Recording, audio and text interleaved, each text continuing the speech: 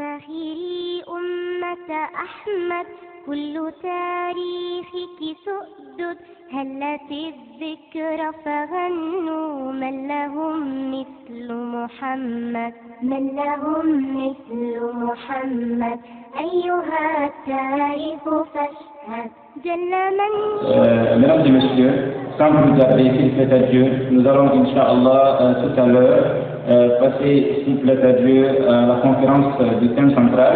Nous allons commencer par un bref aperçu sur le conférencier, un grand conférencier qui est maintenant connu de tous, qui n'est pas quelqu'un à présenter, et Inch'Allah, à la personne d'Imam Ousmane Samake.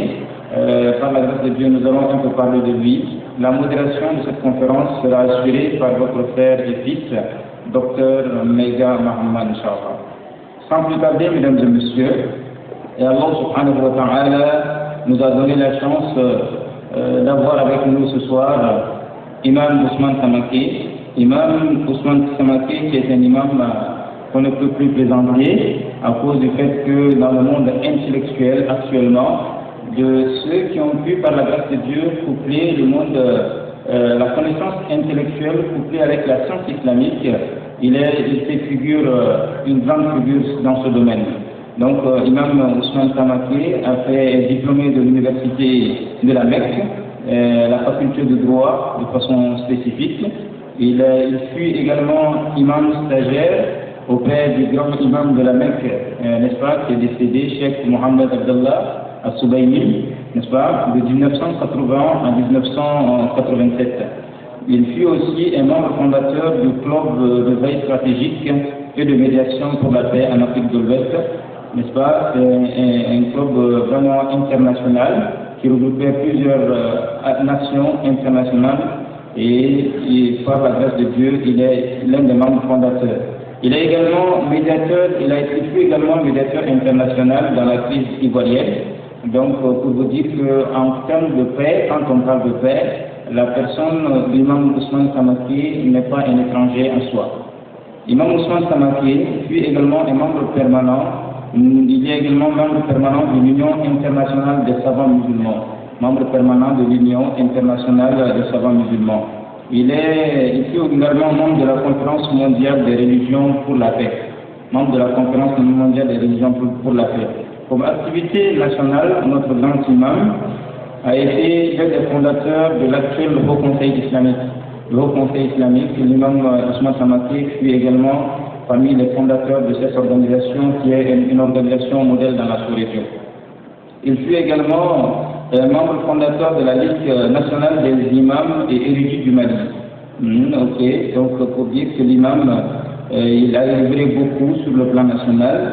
Il fut également membre du bureau exécutif national de l'association malienne pour l'unité et le progrès de l'islam, l'AMEPI, connu sous le nom de l'AMEPI. Il fut l'imam choisi pour inaugurer la grande mosquée de Mamadou Nimaga, n'est-ce pas, Mamadou Nimaga, numéro 1 à Sokoroji, ici à Bamako. Il fut également l'imam qui a été choisi pour inaugurer la mosquée des Halles de Bamako. Les Halles de Bamako sont un grand espace, n'est-ce pas, aménagé derrière le fleuve au niveau de la rive droite et dans lequel il y a beaucoup de magasins, n'est-ce pas, qui servent comme marché, dans lequel il y a une mosquée. Il fut l'imam qui a inauguré cette mosquée à cause notamment, bien sûr, de ses compétences. Et l'imam, il fut également l'imam choisi pour inaugurer la mosquée Chaourou, cette fois-ci pas au Mali, mais en République du Bénin, comme pour dire que l'imam n'est pas un imam seulement connu sur le plan national, mais beaucoup plus sur le plan également international. Il fut également un imam choisi pour inaugurer la mosquée centrale de Goro, toujours en République de Bénin. Nous en passerons, à cause de ça, nous ne pourrons pas tous les citer. Il a eu comme distinction honorifique sur le plan international. Il a reçu, bien sûr, du souverain chérifien, n'est-ce pas, en la personne du roi Mohamed VI, un exemplaire du Saint-Coran tenez-vous bien en or. Un exemplaire du Saint-Coran en or qui va être délivré par le roi Mohamed VI lors de sa visite d'État le 19 septembre 2013 au Mali. et il a une parfaite connaissance de la langue française, de la langue arabe, il parle et il écrit l'anglais. Donc nous sommes très honorés, Imam, de vous compter parmi nos invités, et Allah subhanahu wa ta'ala vous connaît mieux que nous tous. Et nous sommes vraiment, quand l'imam a donné la confirmation d'animer cette conférence, c'était toute une joie pour l'ensemble de la commission d'organisation. Et nos étrangers étaient également très contents de voir le nom de l'imam comme animateur de cette conférence. Donc sans plus tarder, Inch'Allah, nous allons donner la parole à l'imam. L'imam va intervenir 1 heure durant. Et juste après son intervention, nous allons ouvrir les phases de questions et réponses, Inch'Allah. Et après, Inch'Allah, nous allons finir par les voix finales, Inch'Allah. Sur ce, nous disons, تفضل مشكورا الإمام. شكرا لك. الرحمن الرحيم. إن الحمد لله نحمده تعالى ونستعينه ونستهديه ونتوب إليه ونستغفره. من يطع الله ورسوله فقد رشد ومن يعص الله تعالى ورسوله فقد غوى. والصلاة والسلام الأكملان الأتمان على سيد المرسلين وإمام المتقين وقائد المجاهدين حبيبنا وأسوتنا وقدوتنا محمد وعلى آله وأصحابه الغر الميامين. أما بعد، نحييكم أيها الإخوة بتحية الإسلام، بتحية أهل الجنة، تحيتهم يوم يلقون الله السلام.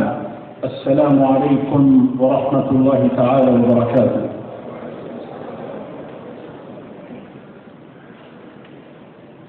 Au nom du très miséricordieux, du tout miséricordieux, au nom d'Allah, l'omniscient, l'omnipotent, Seigneur de l'univers,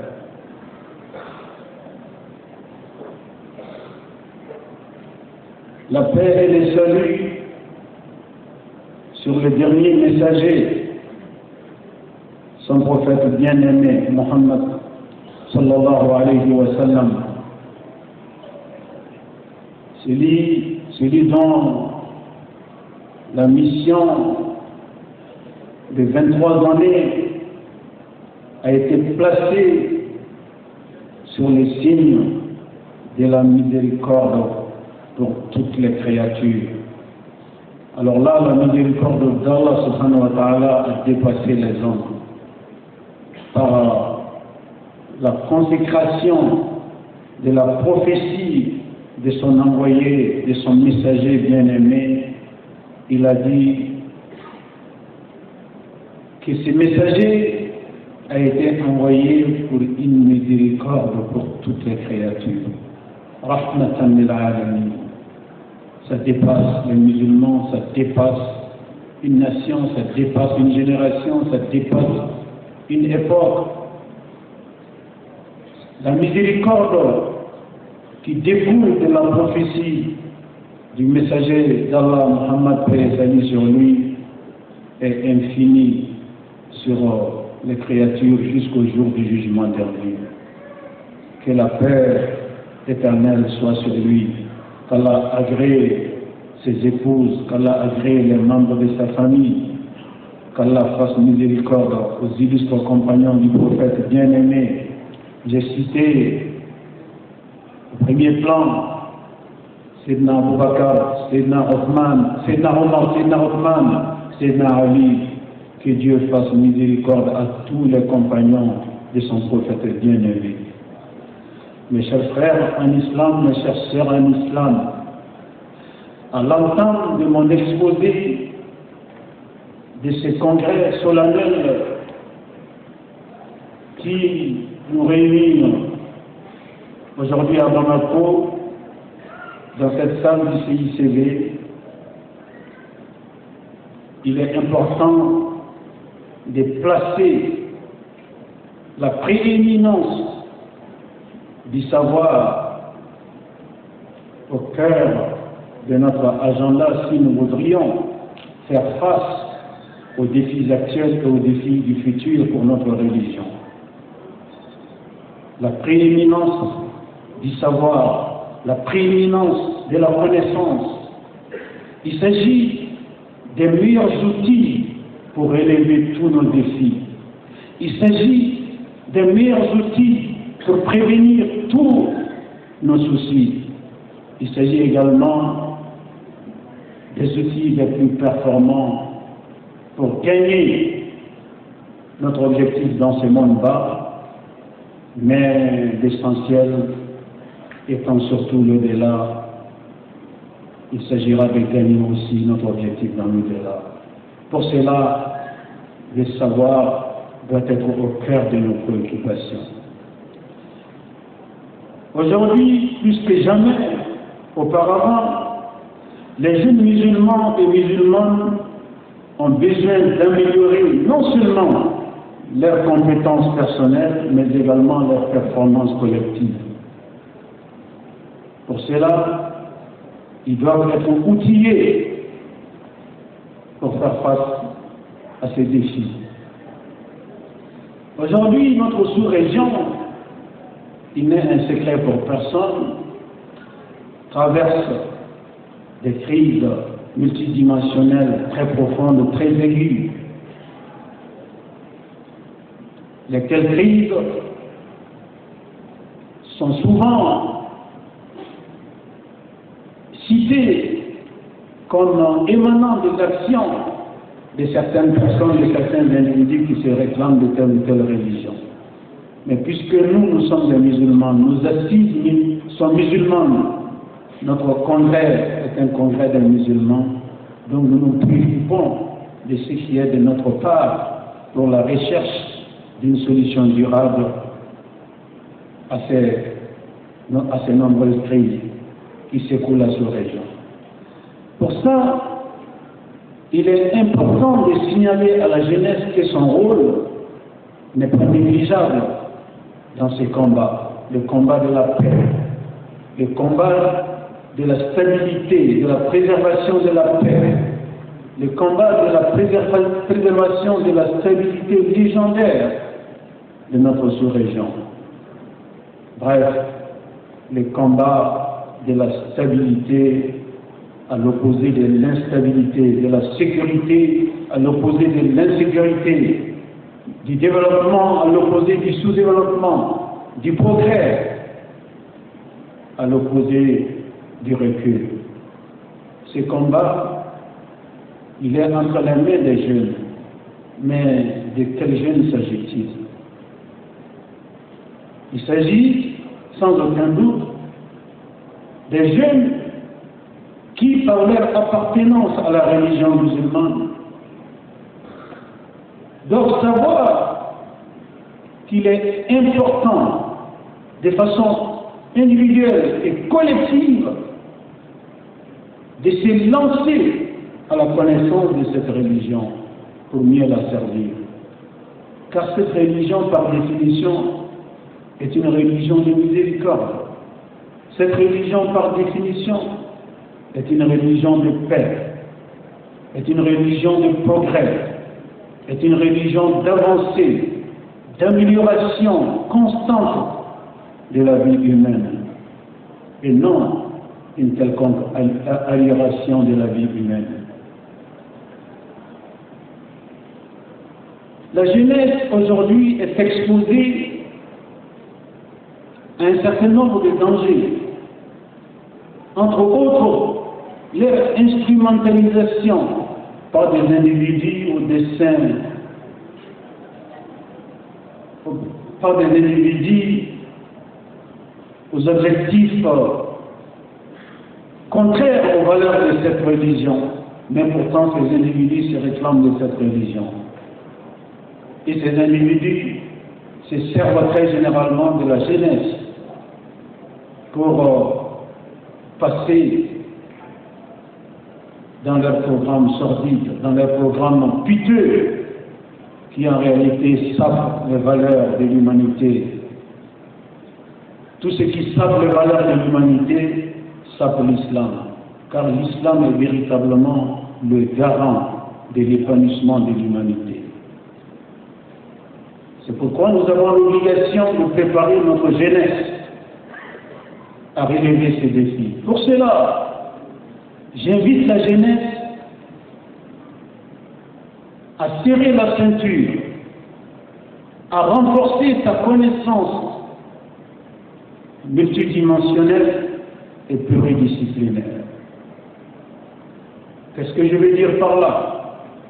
Les jeunes qui ont eu une formation, masha'Allah, très avancée dans la langue française, certains ont fait des études très poussées dans cette langue de Molière, que ceci est une fierté pour l'islam, mais ça ne suffit pas. Ceci doivent rattraper leur retard dans leur formation, dans leur connaissance de la science islamique. C'est là où je parle de la nécessité pour doter le jeune cadre d'aujourd'hui et du futur d'une connaissance multidimensionnelle et pluridisciplinaire. Pour que vous soyez véritablement à l'avant-garde de ces combats contre l'obscurantisme, de ces combats contre les esprits malsains, de ces combats contre ces groupuscules qui ne cherchent qu'à instrumentaliser notre jeunesse. Ceux-ci doivent être combattus de façon intelligente. Pour cela, il faut que notre jeunesse se réveille. Il faut que notre jeunesse renforce sa capacité, et cela dans tous les domaines de la connaissance. Parce que quand on est imprégné du savoir, en réalité, on ne peut être qu'un homme de paix. Quand on est imprégné du savoir, le savoir apaise. Le savoir est facteur de sagesse. Le savoir est facteur de maturité. Bref, le savoir concourt logiquement au progrès de l'humanité. Mais il ne s'agit pas d'un savoir marqué sur un seul domaine de la vie sociale. Il faut des savoirs orientés dans tous les compartiments de la vie humaine. S'agissant de ceux qui ont appris, ceux qui ont fait des études poussées dans la langue arabe, jusqu'à atteindre des niveaux, masha'Allah, qui font honneur à l'islam, qui font honneur à leur pays, qui font honneur à l'Afrique, c'est bien. Mais à l'adresse aussi de ceux-ci, je leur demande de faire un progrès important dans la quête de l'autre connaissance qui leur manque, qui est la science de la vie, qui n'est pas forcément la science de la religion. Donc que les scientifiques de la religion fassent un pas vers la science de la vie, que les scientifiques de la vie fassent un pas vers la science de la religion. Ainsi, nous mettrons notre jeunesse véritablement à l'avant-garde des défis du moment et ceux du futur. Et pour cela, en m'adressant encore une nouvelle fois au cadre francophone très engagé dans l'islam, volontariste dans l'islam, infatigable pour la cause de Dieu, à ceci je leur dirais de mettre au cœur de leur nouveau programme de formation islamique la connaissance du Coran. Car c'est le Coran qui est la mère des sciences. Le Coran est la langue du Coran. Le Coran a été révélé au prophète paix et salut sur lui dans une langue spécifique qui est la langue arabe. Donc, ceux qui ont acquis des connaissances avancées en anglais, en français, que ceux-ci se remettent encore au travail pour rattraper leur état dans la connaissance de la langue arabe par ricocher la connaissance du Coran. Car le Coran, Dieu a choisi l'arabe pour s'exprimer par l'intermédiaire du Coran, pour s'adresser à l'humanité. Donc la connaissance du savoir donnera une impulsion magistrale à la connaissance qui, aujourd'hui, fait honneur à nos différents cadres qui ont fait des formations poussées dans pas mal de domaines de la vie. La liste est tellement élevée dans ces différentes connaissances qu'il est inutile de vouloir en faire un inventaire. Mais ce qui est important, le message qui mérite d'être retenu, d'un côté comme de l'autre, c'est de mettre la quête de la connaissance, la quête du savoir au cœur de l'agenda de notre jeunesse. Car avec le savoir, on se corrige et on corrige l'autre. Avec le savoir, on s'améliore et on améliore l'autre. Avec le savoir, on avance et on fait avancer l'autre.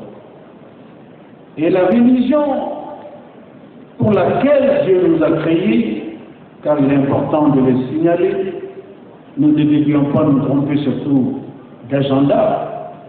Dieu a créé toutes les créatures pour son adoration.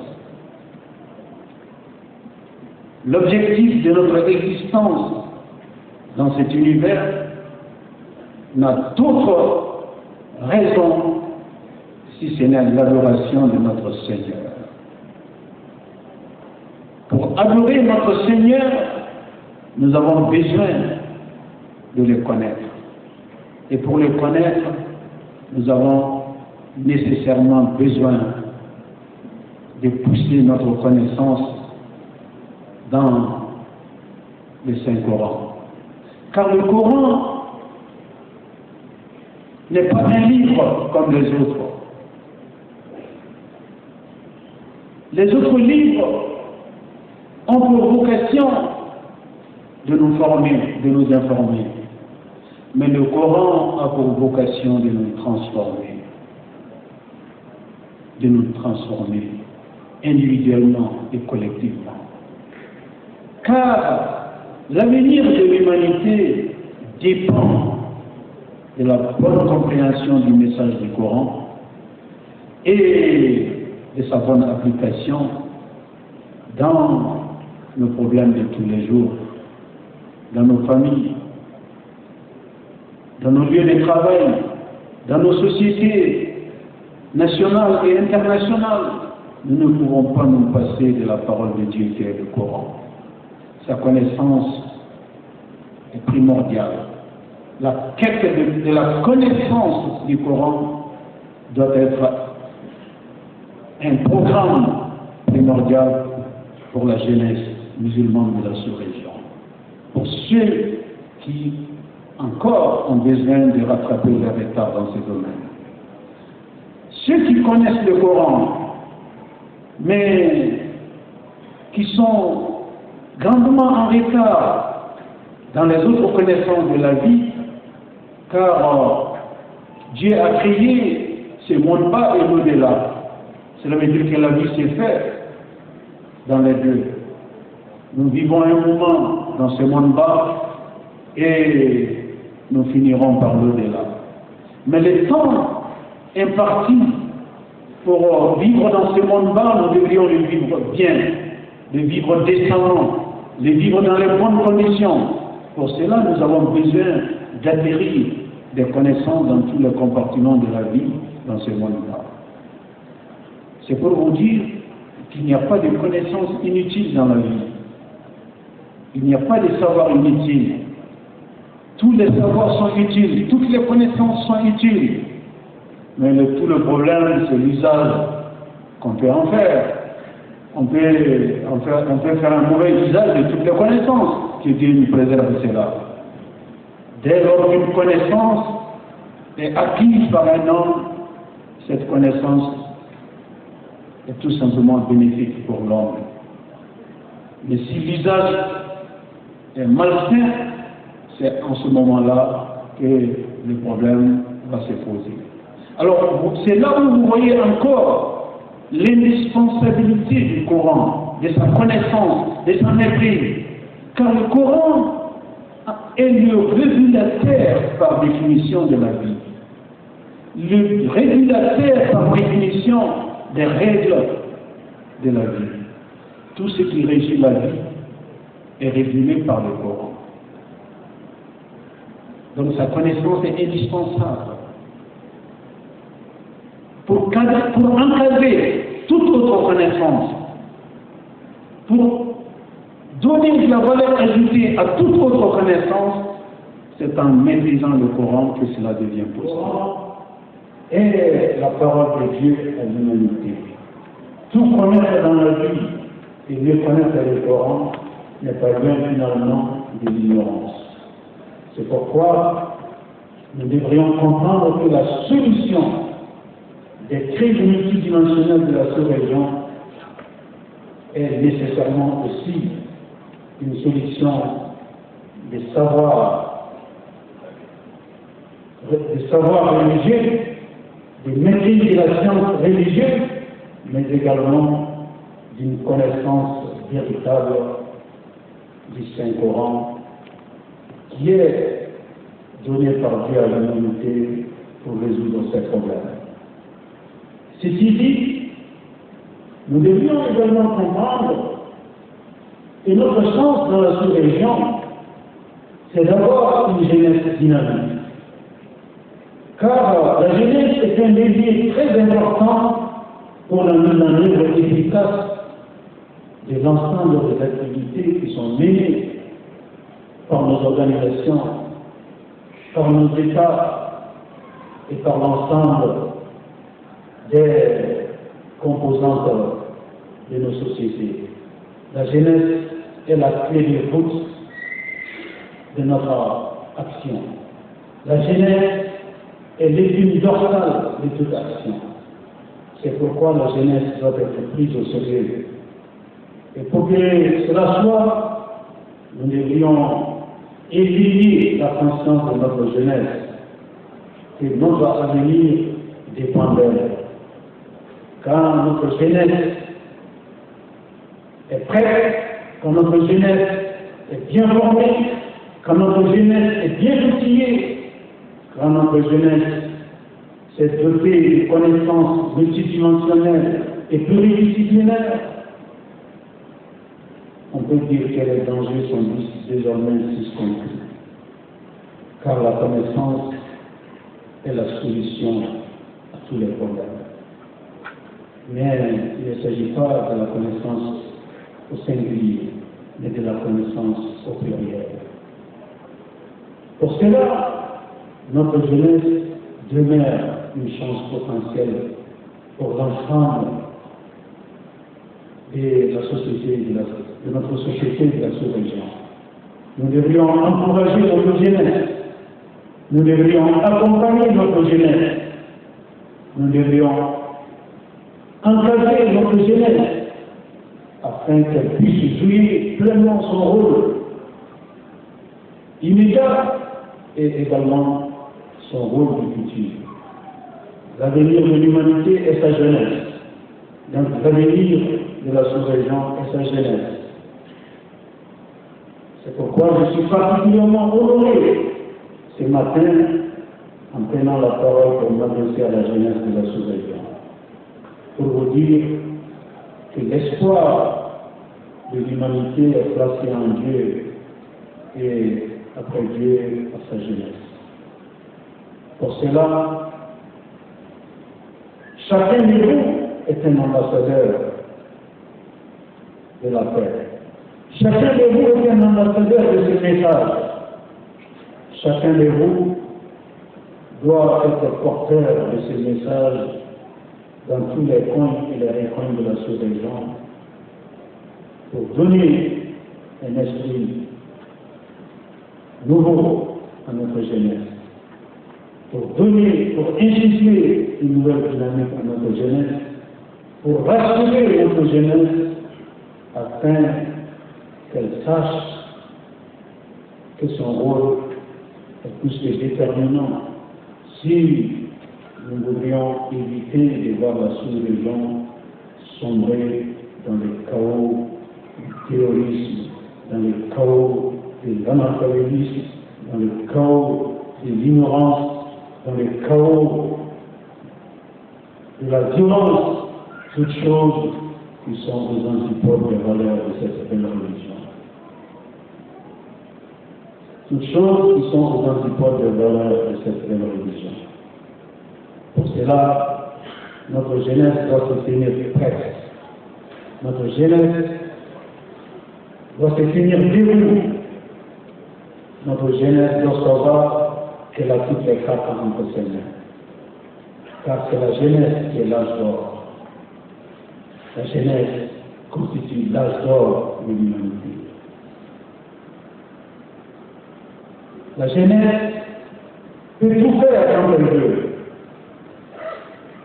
Par la grâce de Dieu, avec un bon programme, notre jeunesse réussira. Avec un bon programme, notre jeunesse avancera. Avec un bon programme, notre jeunesse ne reculera pas devant les esprits malsains.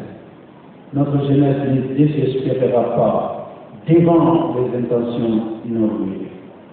Notre religion, l'islam, est une religion de paix, une religion d'amour, une religion de fraternité, de solidarité, une religion d'unité.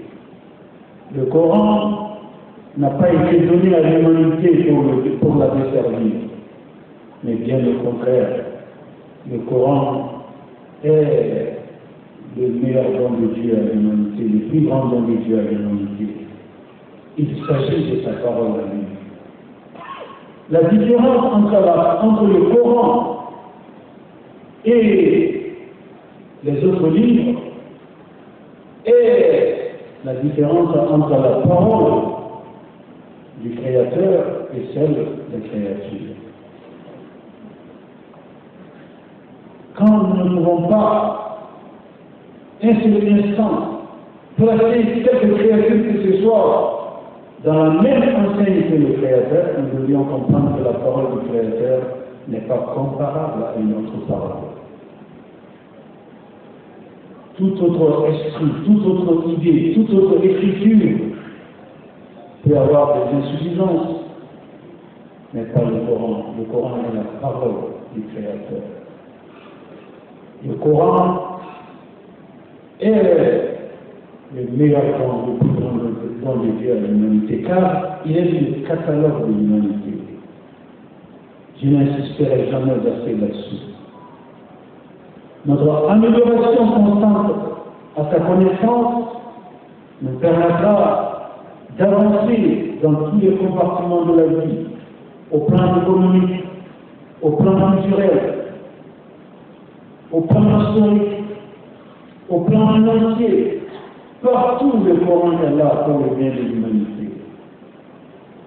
Partout le Coran est là pour accompagner l'humanité, pour encadrer l'humanité. Partout le Coran est là pour être l'avant-garde de l'humanité, pour être à l'avant-garde de l'humanité, pour atteindre ses ambitions, ses objectifs. Mes chers frères congressistes, mes chers sœurs congressistes, il s'agissait ce matin de faire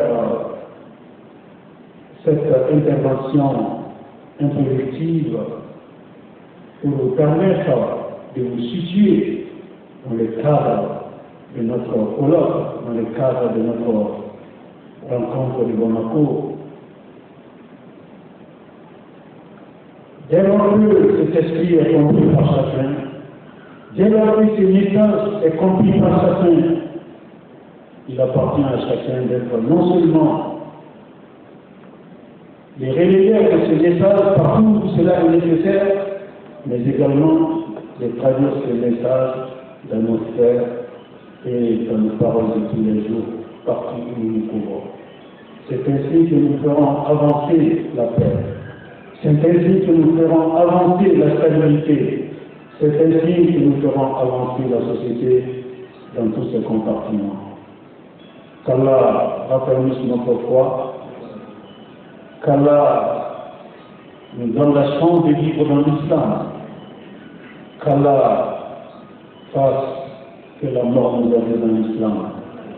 هذا وصلى الله على سيدنا ونبينا محمد وعلى آله وصحبه والسلام عليكم ورحمة الله تعالى وبركاته.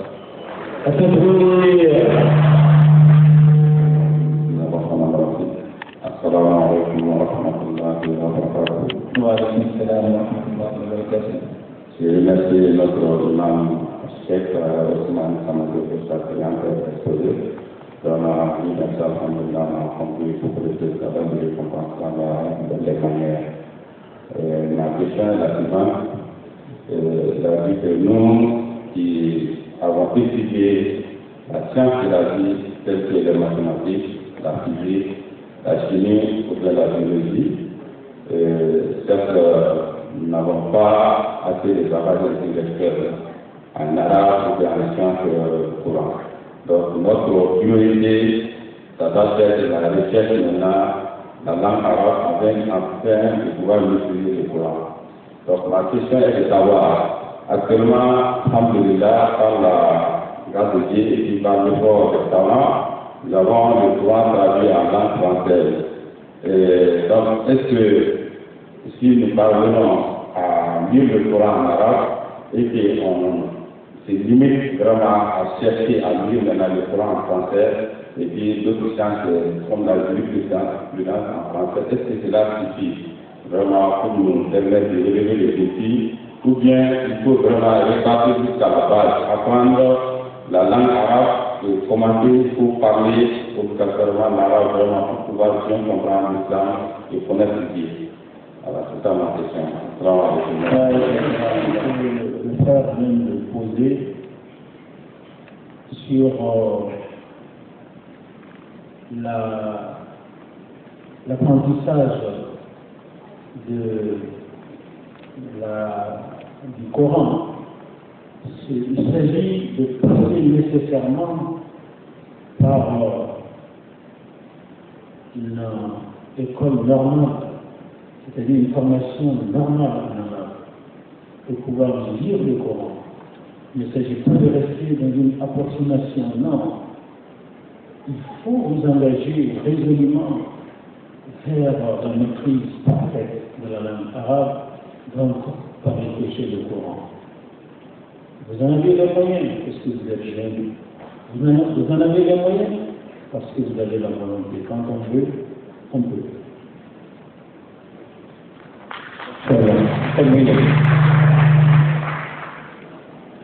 Le frère la question. Donc, décidément, nous allons répondre aux questions. Vraiment, je voudrais profiter de l'occasion pour remercier Oustaz pour avoir apporté de la lumière à les zones d'ombre de notre conquête de tous les jours, c'est-à-dire la recherche de la science. D'ailleurs, on se bat beaucoup pour apprendre que si les gens ont fait des déplacements, les autres pays pour être là, c'est toujours dans la conquête de la science, et sont insistants vraiment à apporter de la lumière pour qu'on puisse encore mieux apprendre cette science. La conférence était très courte, si je peux dire, parce que vous avez promis une heure, on était très connectés avec le staff pour profiter quand même du maximum. On s'est rendu compte qu'il n'a même pas eu les 40 minutes. Je voudrais faire un petit complément. C'est un peu osé de vouloir parler devant le staff. Mais je pense qu'il y a un point sur lequel le SE de Régional a souligné dans son discours. L'assistance des personnes vulnérables. Je voudrais faire une invite à tous les frères qui sont ici de mettre en valeur, d'appliquer ces valeurs de la miséricorde qui se trouve dans le Coran, de la miséricorde pour laquelle le prophète Mohammed a été envoyé. Parce que le non-application de cette miséricorde, l'absence de l'application de cette miséricorde au sein de notre communauté est très très remarquable. Souvent, certaines difficultés que nous rencontrons, ce n'est pas seulement du fait que les gens manquent de la science ou bien qu'on est mal organisé, mais ça peut être aussi une sanction d'Allah subhanahu wa ta'ala pour nous interpeller sur certaines choses que nous devons mettre en valeur. Aujourd'hui, au sein de la communauté, si vous regardez beaucoup des gens qui participent de ce côté, c'est la misère. La misère est l'une des causes. Beaucoup d'orphelins aujourd'hui sont dans la rue et ils sont la cible de ces terroristes aujourd'hui. Mais la preuve de l'assistance des musulmans ont exposé ces enfants dans la rue et qui a renforcé le groupe d'imams. Déjà, le but, c'est le discours même de nos imams. Très peu dans les mosquées, on nous démontre les avantages qu'il y a dans les actions sociales. De l'assistance de nos musulmans, de nos frères qui sont en difficulté. De l'assistance des orphelins que nos frères qui ont été rappelés à Dieu ont été. Beaucoup des engagements pour nos stades s'en vont. Mais très rares sont ceux qui viennent de voir comment la vraie vie avec ces personnes. Très rares. Beaucoup de nos frères aujourd'hui, chacun s'est battu pour avoir son boulot. Souvent je me pose la question. Les oustaz qui roulent avec des véhicules qui vivent dans des bunkers. Nos frères aujourd'hui qui ont des salaires, qui peuvent prendre en charge des gens. Je voulais juste vous donner une idée. Je ne sais pas aujourd'hui. Parce que dans les familles que moi, il y a combien d'orphelins dans ces familles. Il y a combien de vœux qui se trouvent dans ces familles. Ou bien combien de vœux ce musulman qui vit dans les grandes Afriques qui n'est pas dans sa famille. Frère et sœurs en islam, c'est bien de chercher ces populations qui aiment bien ça, mais il faudrait également l'appliquer. Ce que nous traversons n'est pas seulement la mauvaise politique de l'Occident. Il y a une sanction d'Allah dans la chose. Si vous allez remarquer que c'était seulement la mauvaise politique de l'Occident, si nous musulmans nous étions droits, il ne devait pas avoir autant de morts dans cette crise musulmane. Parce qu'il y a plus de morts musulmans que les non-musulmans. Ça devait nous interpeller à réfléchir. C'était juste ça mon problème.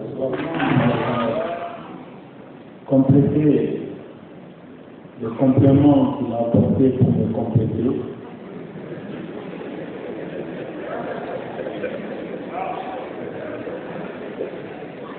Alors, le temps ne nous permet pas naturellement d'aller au fond de toute notre pensée quand on sait qu'une assemblée comme celle-ci a des exigences du temps, on est obligé d'être bref. Sinon, ce que notre frère vient de dire n'est que réalité, mais au bout du compte, le Coran ne dit pas autre chose pour ceux que j'ai invités à aller accueillir la connaissance du Coran.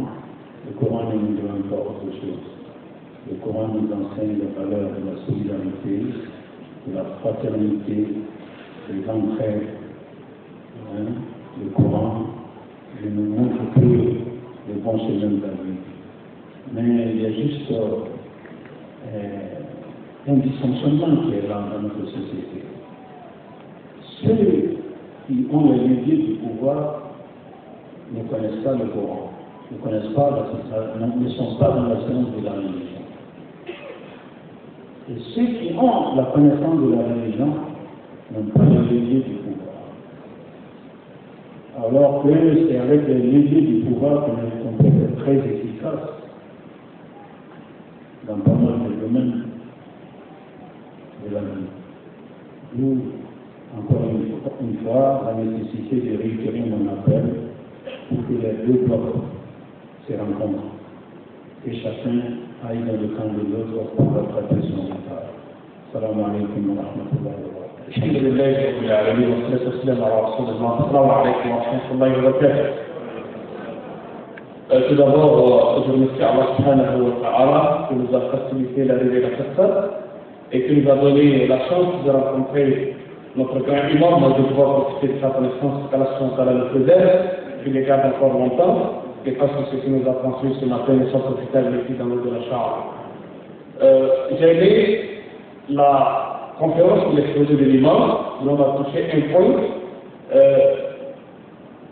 qui m'a aussi vraiment attiré l'attention, je ne sais pas pour les autres pays, mais au Togo, par rapport à la recherche de la science, nous avons remarqué qu'aujourd'hui, avec l'effort de l'association des élèves étudiants musulmans, les jeunes qui fréquentent la science modèle ou la science de la vie font un effort pour chercher la science islamique. Et avec laquelle nous sommes ici, nous sommes retrouvés parce que les associations se définissent associations des élèves et étudiants musulmans. Et les élèves musulmans qui s'appellent à la recherche de la science islamique. Et aujourd'hui, avec beaucoup d'efforts, dans plusieurs pays, on remarque que les jeunes étudiants cherchent la science islamique. On peut encourager. Mais, de l'autre côté, le frère, parce qu'ils ont dans cette intervention, a voulu que chacun aille de l'autre côté pour apporter son repas. Nous remarquons que le fait, dans la chance d'étudier les sciences islamiques seulement, ont souvent des réticences ou des blocages à chercher la science de la vie comme nous l'appelle. Nous cherchons la collaboration. J'aurais souhaité que l'imam nous donne des astuces pour qu'on ait une bonne collaboration entre les francophones et les arabophones, par exemple, parce que certains de nos ustads ne veulent pas revenir chercher la science moderne sous prétexte que ce n'est pas ça qu'Allah nous demandera et que cette science ne profite pas pour la réflexion. Donc il y a un blocage là. Deuxième niveau d'intervention, lorsque nous avons pris la route de du Togo jusqu'au Mali, nous avons constaté à un certain niveau des enfants, comme mon prédécesseur l'a dit, des enfants sur la route qu'on appelle simplement les talibés. Je ne sais pas, est-ce que ce mode d'enseignement est islamique et c'est beaucoup plus développé vers les pays d'ici, c'est-à-dire du Burkina et du Mali, nous avons beaucoup constaté cela. Comment, parce que ces jeunes ne veulent pas se réparer musulmans, alors qu'ils vont nous dire ils seront la jeunesse musulmane et peut-être les futurs responsables de cela. Mais quelle est l'éducation qu'ils nous doivent dans le monde? Parce qu'on leur dit, on nous dit souvent que ce sont les ustads qui les encadrent, parfois que les envoient sur la route, commander, faire la manifestation. Il faudrait qu'on essaie d'élucider comment on appelle cette question de talibé, parce que c'est une fois facile pour les malfaiteurs. Et une exhortation, une doléance au niveau de l'Ujumao de faire un effort dans les prochaines assises qu'on trouve une représentation forte de nos frères arabophones, afin qu'on puisse être suivis et avoir une bonne collaboration. Parce qu'on ne veut pas, nous sommes musulmans, ils ont une science qui doit nous profiter et nous avons beaucoup de choses aussi à leur enseigner. Et je voudrais poser une question spéciale à Imam, je pense qu'il s'est déplacé. Nous avons constaté hier, nous avons fait des rêves, on a suivi son repas à la propre, il a traduit en français clair, et on vient de suivre encore un exposé en français propre. Et je l'ai même écouté parler l'anglais avec le représentant de l'organisation de la coopération islamique. Je voudrais qu'il nous donne son secret. Merci, c'était ma prière. Merci beaucoup. À présent, nous allons inviter les colonistes du Burkina et du Mali à vouloir intervenir pour répondre à notre frère par rapport à la situation des talibés. La question, c'est de savoir par rapport à ces talibés, quelle année de leur éducation, d'où ils viennent, quelle année de leur situation. Ils ont eu des informations d'hier par rapport à ça. Il y a des éléments de réponse du Mali ou encore du Burkina, sont les bienvenus, s'il vous plaît. Pour le Mali ou le Burkina. Moi, je m'appelle Ami Ouedraogo, du Burkina Faso. Pour résumer, je voudrais dire que si on ne fait pas attention, ce qu'on appelle les talibés seront ce qu'on appelle en anglais talibans. La tradition de la langue, on l'appelle donc, le talibans, c'est une bombe à l'état. Parce qu'en fait, actuellement, ce que nous remarquons, c'est beaucoup plus des enfants de la rue que des talibés. Ils passent plus de temps dans la rue que donc dans les écoles, ils n'apprennent rien. Et pour la plupart, ils deviennent donc la soie aux dealers de drogue, à l'homosexualité même, etc. Donc l'expérience que je suis donnée au niveau du Burkina Faso, c'est donc un projet que nous pilotons, un projet pour lequel nous sommes partenaires, qu'on appelle le dialogue de l'inclusion sociale, qui consiste donc à apprendre ces jeunes-là de façon politique, donc leur formation de façon politique, et à commencer par exemple par la sensibilisation et la formation des maîtres coraniques, et la formation de ces jeunes-là, surtout en alphabétisation, et l'amélioration de leurs conditions de vie, c'est-à-dire en construisant par exemple des tentes, en leur dotant de tableaux, en leur dotant de livres, de vêtements. Et donc cette formation-là, à terme, leur permet, et à partir d'une passerelle, d'apprendre par exemple un métier pour ceux-là qui sont âgés, et pour ceux-là qui sont toujours des enfants, de pouvoir rejoindre ce que nous appelons les les médias franco-arabes, pour pouvoir s'en sortir, et pour les autres aussi de pouvoir rejoindre l'école classique. Donc voici un peu ce que nous faisons au niveau du Burkina Faso. C'est un phénomène, c'est vrai, c'est un fléau si on ne fait pas attention. Donc c'est une invite à tout le monde à faire quelque chose. Et ce projet, nous le faisons en collaboration avec une ONG qu'on appelle Diaconia, financée par l'Union européenne. Et c'est peut-être ce que je peux dire, c'est une invite à tout le monde à ce qu'on se penche vers ces enfants qui sont nos frères pour qu'ils puissent en sortir. La plupart de ces enfants, ils sont parce que les parents n'ont pas les moyens de les envoyer ailleurs. Et pour certains aussi, c'est par ignorance, ils pensent que c'est la meilleure des choses à faire. Donc il y a urgence pour que nous puissions donc sensibiliser, et les parents sensibiliser donc les maîtres coraniques pour qu'on puisse ensemble aller de l'avant pour le bonheur donc de l'islam. Très bien. Wa alaykum salam.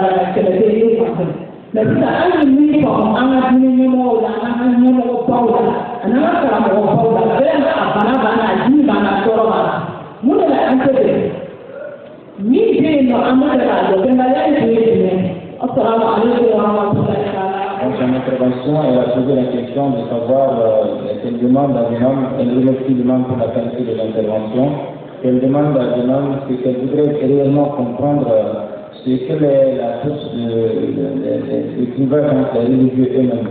Elle a remarqué que les responsables religieux dans notre pays, comme dans d'autres pays, il y a une réelle tension entre les grands responsables religieux.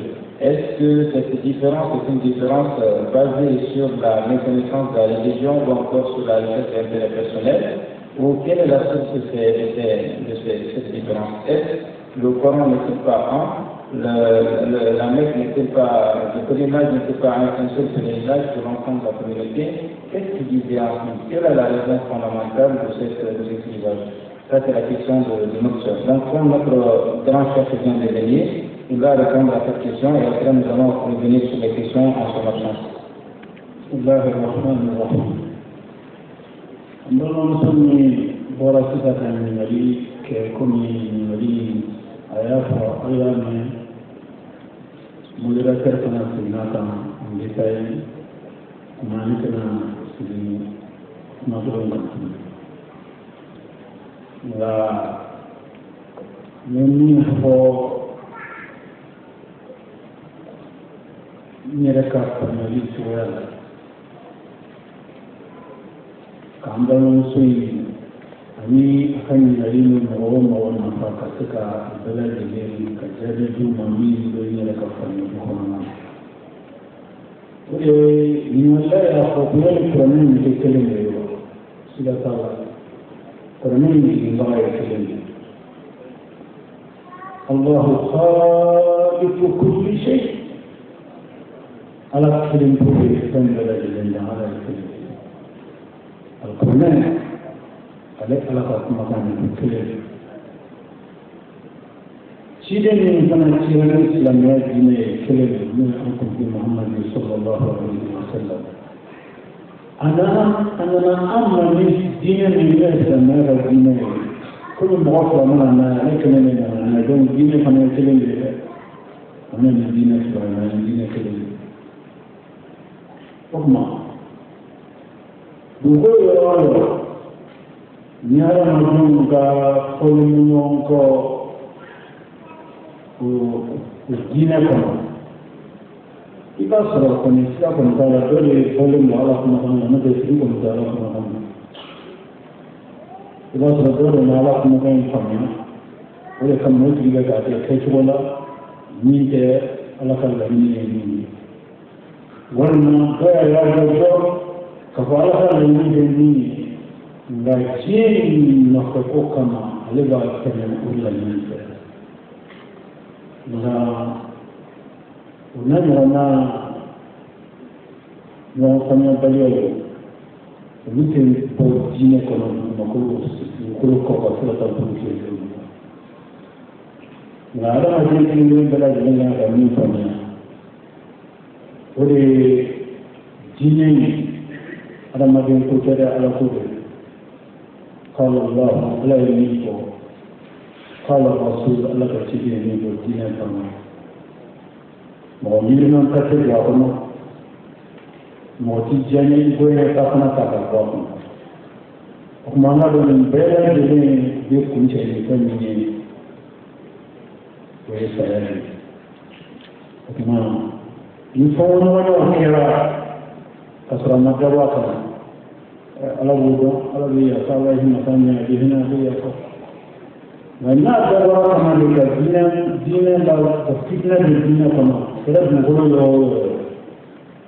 على وجه كنا كبر مؤمنين في ذا كسر مجروا كنا ومثلا مثال من درجة الكبر على كثير إنما كما عملنا يجري يكون شيء القرآن بلغة القرآن يقول ربك وقل قولي آية الله قال على كذا فنقولنا آية رمى جانا آية ينقف قولي كذا آية آية على كما لنبو آية ينقف ما تقولي ذلك كحكيم مسرع كحكيم مجاهد كحكيم مجرى ويجنني الله تعالى بسم الله الرحمن الرحيم واتقوا يوما ترجعون فيه إلى الله Baranadun Extraordinaire.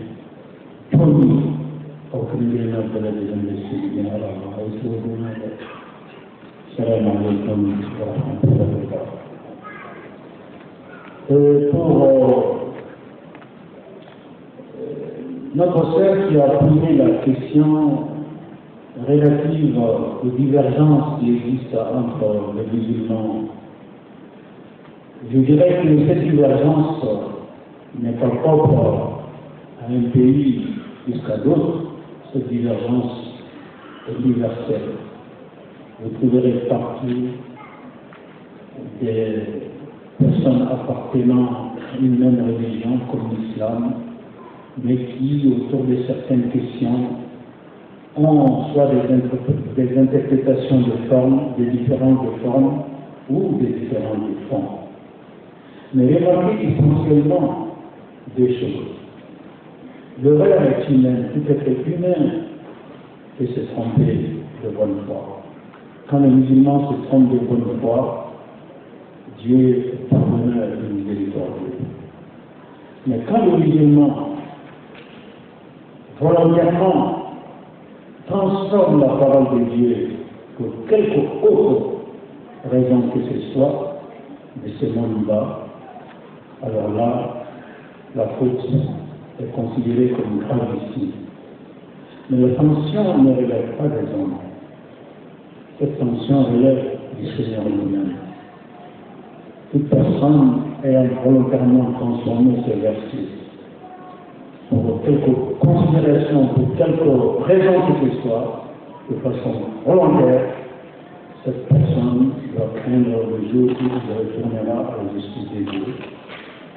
C'est pourquoi j'ai conclu par ce verset du Coran par lequel Dieu dit وَاتَّقُوا يَوْمًا تُرْجَعُونَ فِيهِ إِلَى اللَّهِ. Craignez un jour où chacun de vous retournera à Dieu. Ça veut dire tout simplement que le compte nous attend. Que Dieu nous facilite toujours. Donc, nous allons continuer avec la phase des questions. Nous allons inviter à présent la sœur Genève.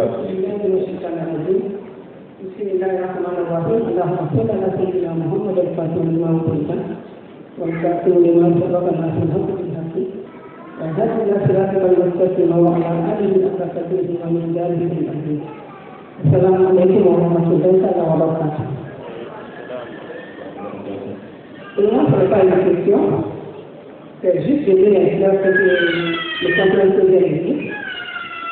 Et merci monsieur le conférencier, monsieur Ousmane Fanabi, de motiver les jeunes à aller à la fête du savoir. À la fête du savoir, justement, qui devait être une préoccupation, une vocation et une connaissance primordiale. Car le courant est, d'après les conférenciers, le courant est le catalogue et l'éducateur de la vie. Merci beaucoup, c'est juste pour ça que je suis là. Et si vous me permettez aussi, je vais traverser en anglais parce que je pense encore.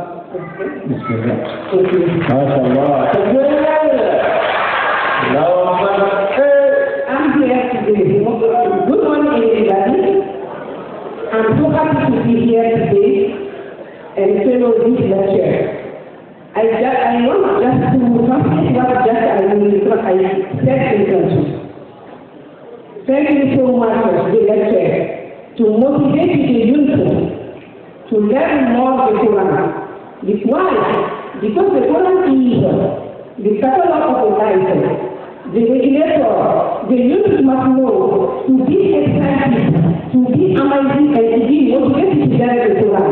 Thank you so much. I'm so happy to be here. Thank you so much.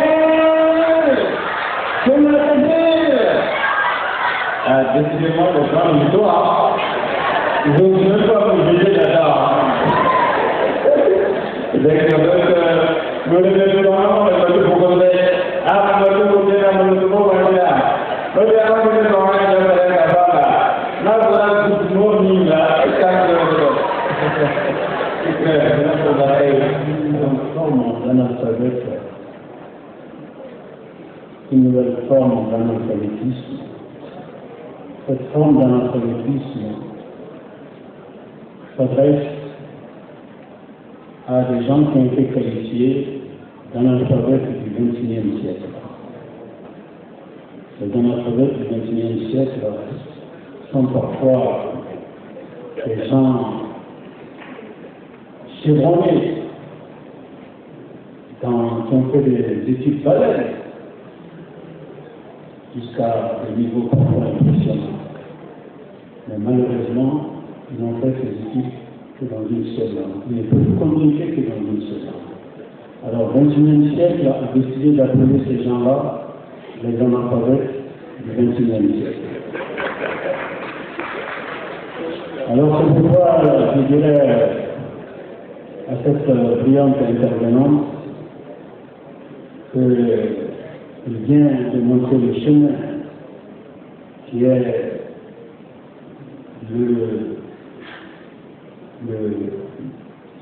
qui est le cœur même de mon message de ce matin.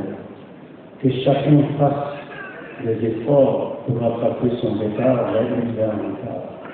Notre sœur déjà vient nous montrer qu'elle peut communiquer, elle peut véhiculer la parole de Dieu dans deux langues. Et ces deux langues sont des langues très importantes, en français et en anglais. Donc je dirais à notre sœur, lors du prochain congrès, j'attends votre intervention en arabe. Vous pouvez ou pas? Si vous voulez, vous pouvez. qu'Allah vous aide. Thank you very much, my sister. Alhamdulillah. Donc, nous remercions notre sœur qui vient de parler dans les programmes, n'est-ce pas? Notre dollar, nous la remercions pour son intervention et l'imam également. L'imam, à votre chance, notre frère Salih Kitogo a posé la question de savoir quelle astuce vous proposez pour les gens qui veulent aller cheminer vers ce savoir, le fait de coupler ces deux savoirs. Quelle astuce vous les proposez? Quel est votre secret? Il a dit, quel est votre secret? Parce qu'il dit qu'il vous a écouté dans votre sermon, vous avez parlé l'arabe de votre santé. Ensuite, vous avez parlé le français sans faute. Et vous avez entendu encore parler anglais avec le délégué. Donc, la question qui se pose, c'est quel est votre secret?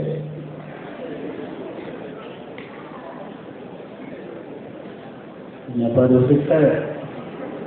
Le savoir est ouvert à tout le monde. Mais retenons en quintessence que la jeunesse est l'âge d'or pour apprendre. Sinon, le savoir est étalé à toute une vie. C'est pourquoi on dit que dans la vie, tout le monde est étudiant de 7 à 77 ans. Tout le monde est étudiant. Ça veut dire que la porte du savoir est ouverte à tout le monde. Si j'ai un petit secret, ça, ce n'a pas été mon choix, mais j'ai plutôt bénéficié de ce choix. Mon défunt papa, que son nom repose en paix, a compris très tôt qu'il fallait qu'un enfant soit d'abord initié en arabe avant de le mettre dans n'importe quel autre processus d'enseignement. Car l'arabe est une langue lourde. L'arabe est une langue lourde. C'est la langue que Dieu a choisie pour s'adresser à l'humanité. C'est la langue que Dieu a choisie pour être la langue officielle du paradis, l'arabe. L'arabe ne s'apprend pas facilement. Surtout quand la langue démarre avec d'autres langues sans l'arabe. Vouloir venir à l'arabe, c'est un processus qui équivaut vraiment à un double effort. Mais ça ne veut pas dire que c'est impossible. Donc, si j'ai un secret à vous rendre, je dirais que vous devriez faire bénéficier vos futurs enfants, vos enfants qui ne sont pas encore à l'âge d'aller à l'école, de cette expérience qui est, et faire germer d'abord, faire germer leur langue, leur locution en arabe. C'est très important. Quand la langue commence en arabe, toutes les autres langues deviennent faciles pour cette langue. Mais quand la langue se cale dans d'autres langues pour faire un virage vers l'arabe, ce n'est pas impossible. Mais c'est pas très facile. Merci. Donc nous allons prendre deux questions. Nous avons deux premières questions ici que nous allons prendre et Inch'Allah. Notre frère de cérémonie, de conférence. Imam, une question pertinente venant du Burkina Faso, de notre frère Tawadogo. Tawadogo pose la question de savoir, ici je cite, les terroristes basent leur discours sur des arguments selon lesquels 1. Le monde est dominé par l'Occident et ses antivaleurs. 2. Le salut réside dans la restauration de l'autorité basée sur la loi de Dieu. Quel ultime argument opposez-vous à ce discours à l'endroit de la vie?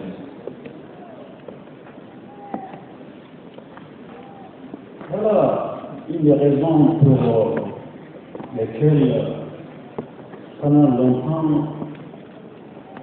nous avons été à un niveau très élevé des scientifiques musulmans à analyser profondément le comportement de cette jeunesse qui malheureusement s'est trouvée instrumentalisée par des individus au destin inavoué, dont les conséquences aujourd'hui se sont traduites par la dégradation de notre cadre de vie général dans tous les compartiments de notre société, avec ce lot d'insécurité, l'obscurantisme, les écoles sont fermées, l'économie est au ralenti, les conflits intercommunautaires se multiplient. Bref, qu'est-ce qui s'est passé pour qu'on en soit là?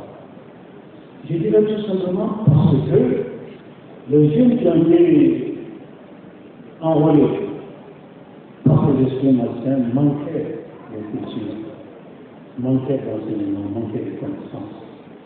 Ils ne savaient pas dans quoi ils rentraient. Quand on vient dire à quelqu'un qui prie les jeunes, l'endoctriner en lui disant, bon, toute personne que tu vois là, qui ne prie pas pour sa prière, un citoyen du monde occidental, il faut tout de suite dégorger et se rendre dans le paradis. Ou tout autre discours de cette nature, dont la résultante sera pour ces jeunes endoctrinés, dont la résultante sera le paradis. Vous voyez, alors il a vite fait le pas. D'où la nécessité de d'impulser la quête du savoir pour barrer la route à ces obscurantistes. Parce qu'ils veulent raccourcir, faire de notre religion un raccourci basé sur la méconnaissance de la religion, un raccourci basé sur leur désespoir dans la vie, de la vie eux-mêmes. Vous savez, quand des individus constatent qu'ils ont échoué partout dans la vie, ils veulent faire une chose dans le paradis. Sinon, il n'y a pas de raison qu'un individu cherche la mort. On dit les places de la vie. Dieu nous a créés, il nous a donné la vie parce qu'il aime la vie. La vie est sacrée pour Dieu. Dieu n'aime pas que les vies humaines soient gaspillées, soient gâchées, soient injustement détruites. Cela est contraire à l'esprit et aux valeurs de l'islam. Donc il faut combattre tout ça par l'amélioration du savoir. Cela permettra à ces jeunes de ne pas se laisser endoctriner de façon légère. Qu'Allah préserve notre jeunesse. Et là, comme on l'a dit, cette dernière question, comme on l'a dit, cette question vient de Drissa Tito, du Burkina Faso. Drissa dit, je cite, y a-t-il un savoir primitif? Y a-t-il un savoir primitif? Car les marketeurs aussi utilisent un savoir pour convaincre leurs adeptes. Donc, y a-t-il un savoir primitif? En principe, Dieu n'a pas créer des savoirs inutiles. Il n'y a pas de savoir superfétatoire, tout savoir inutile. Donc tout le problème se pose en termes d'usage. Mais tout ce qui a été créé par Dieu est bien. Mais quelqu'un qui est mal intentionné peut transformer, par son usage, l'opposer à la volonté de Dieu. Donc, il n'y a pas de savoir inutile. Il y a de mauvais usages de savoir.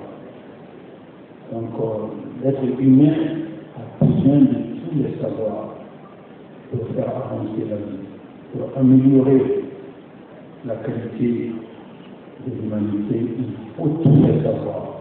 Il n'y a pas de savoir inutile, mais il y a de mauvais usages de savoir. Qu'Allah nous préserve cela. Donc, nous remercions notre conférencier et nous remercions l'ensemble des personnes qui nous ont honorés par leur présence dans cette conférence.